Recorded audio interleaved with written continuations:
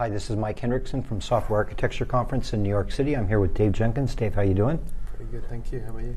Good. So you're with Contentful. Contenful, yeah.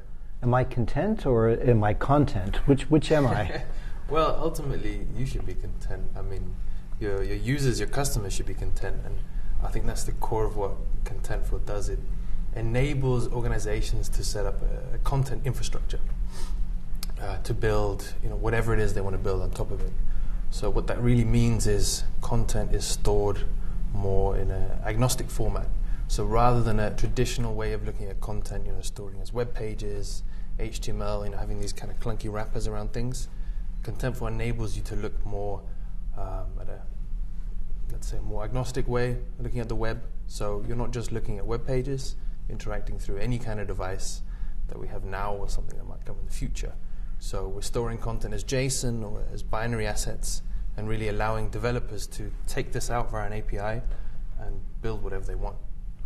So it's a platform, and would you say media companies are the ones that would want to be consuming this or should be? It's partly media companies, so we have a few customers who are media companies, but it's pretty much anyone that has any kind of content.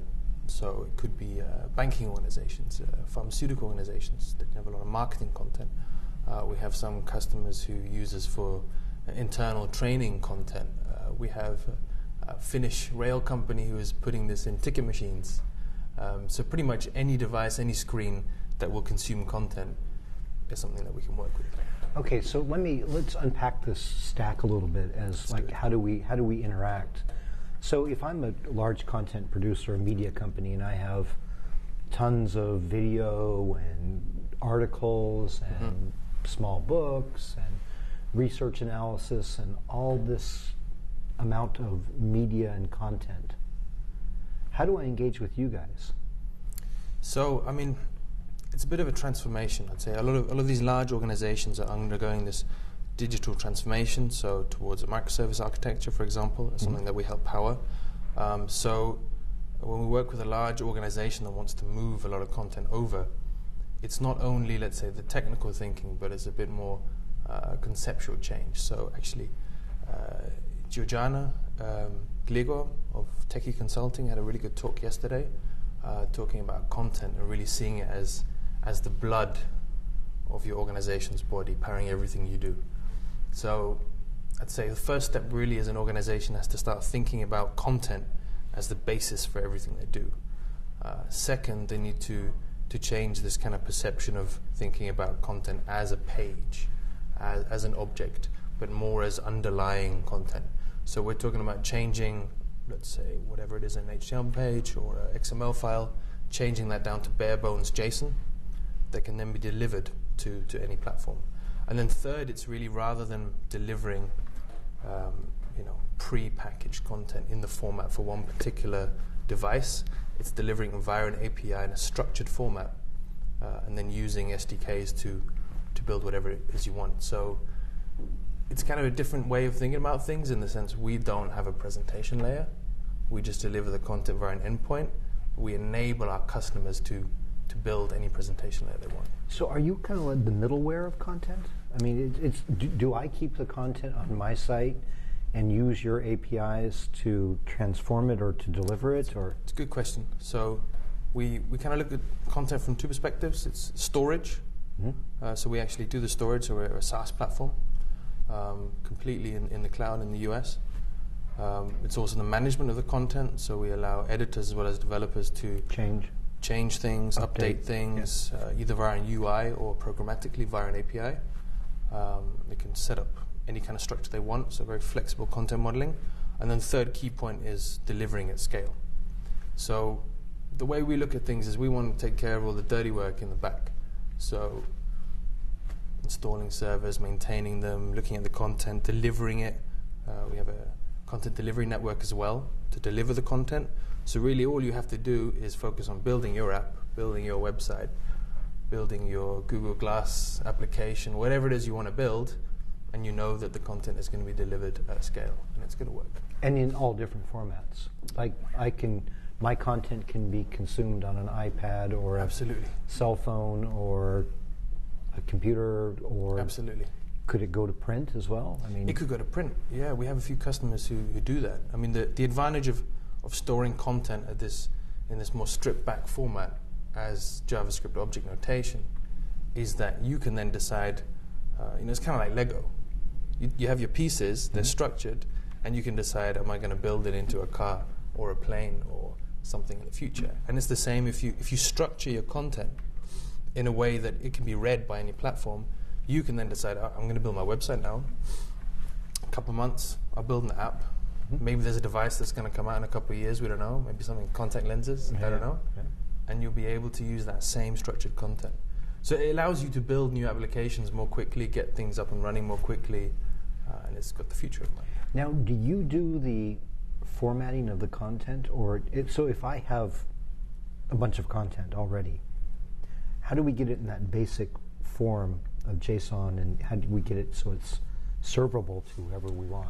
Right. So, I mean, it depends if you have content already that you need to put into the system, or if you're doing more of a new project. So, there's two ways of really doing it. We have everything stored programmatically as JSON, and it can be interacted with via an API.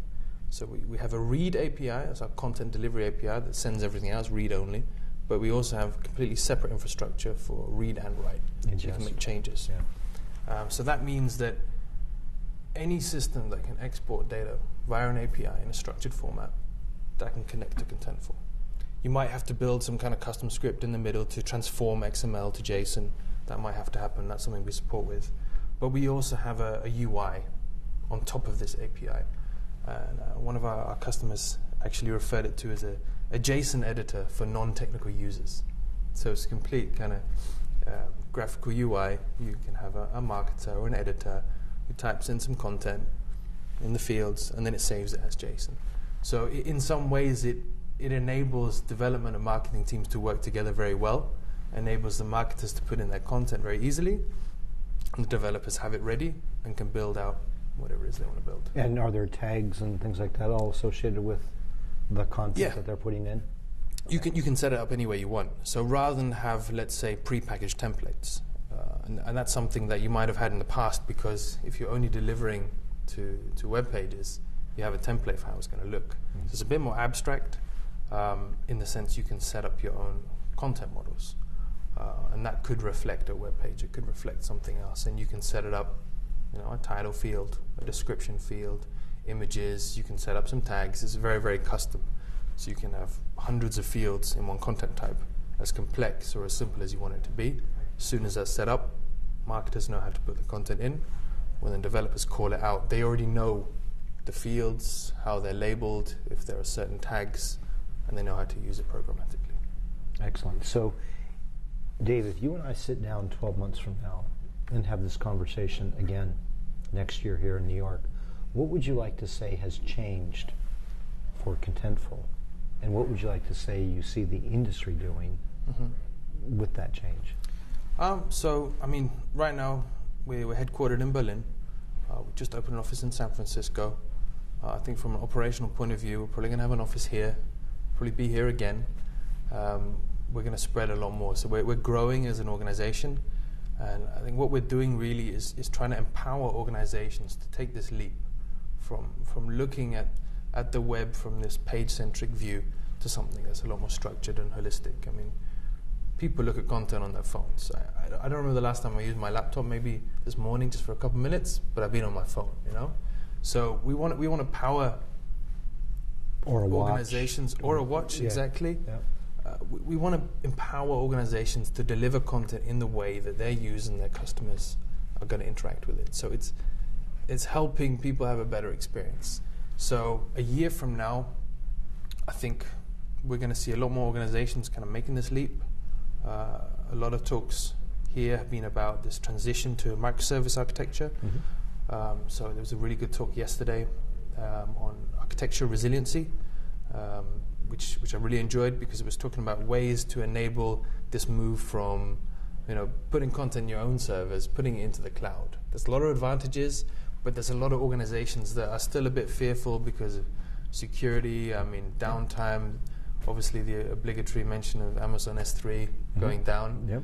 I think we're going to help organizations feel more confident that they can put their content in the cloud, be sure that it's going to be available, it's going to be resilient, and ultimately they can provide a better experience for their customers. And they can be content. And they can be content. Dave, we look forward to that conversation. Thank you. Thank you.